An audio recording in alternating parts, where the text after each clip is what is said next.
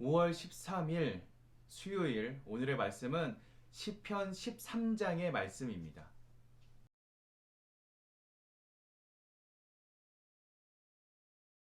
성경에 등장하는 위대한 인물들 중 가운데 여러 사람은 이 기다림이라는 것을 경험하였습니다. 100살이 될 때까지 아이를 갖지 못했던 아브라함도 그랬고 13년이라는 시간을 감옥 안에서 지냈던 요셉도 그랬고 그리고 오랜 시간 광야에서 생활했던 모세 역시 그 기다림이라는 시간을 보내었습니다. 이들은 아마 끊임없이 하나님께 물어보았을 것입니다. 언제까지입니까? 언제까지입니까? 오늘 우리가 함께 읽은 시편 13장에 다윗 역시 하나님께 언제까지이냐고 되물어 묻고 있습니다. 어느 때까지입니까? 얼마나 더 기다려야 합니까? 하나님께서는 능력이 없으신 것도 아닌데, 하나님이 나를 사랑하지 않으시는 것도 아닌데, 나는 얼마나 더 기다려야 합니까? 우리는 하나님 앞에 이러한 질문을 많이 할 때가 있습니다. 하지만 하나님의 뜻과 하나님의 섭리는 오직 하나님만이 아십니다.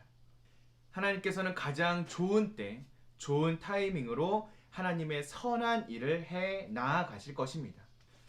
그러한 상황에서 우리가 할 수 있는 일은 오직 기다리는 것뿐입니다.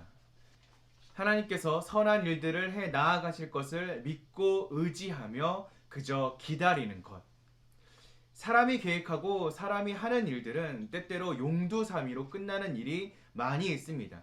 하지만 하나님께서는 처음과 끝까지 온전하게 이루어 가십니다. 성경은 하나님에 대하여 이렇게 이야기합니다. 나는 알파와 오메가요, 처음과 마지막이요, 시작과 마침이라.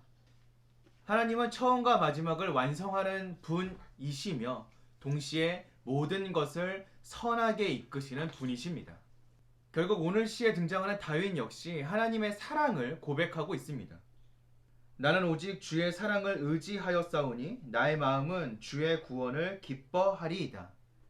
다윗은 하나님의 능력이 아닌 하나님의 사랑을 의지하였습니다.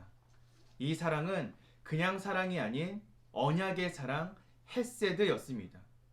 신실하게 언약을 지키실 것을 믿는 그 믿음으로 하나님의 사랑을 의지한 것입니다. 그 언약 가운데 놓여져 있는 하나님의 사랑, 그 사랑이 지금 우리를 붙잡아주고 있음을 잊지 마시기 바랍니다.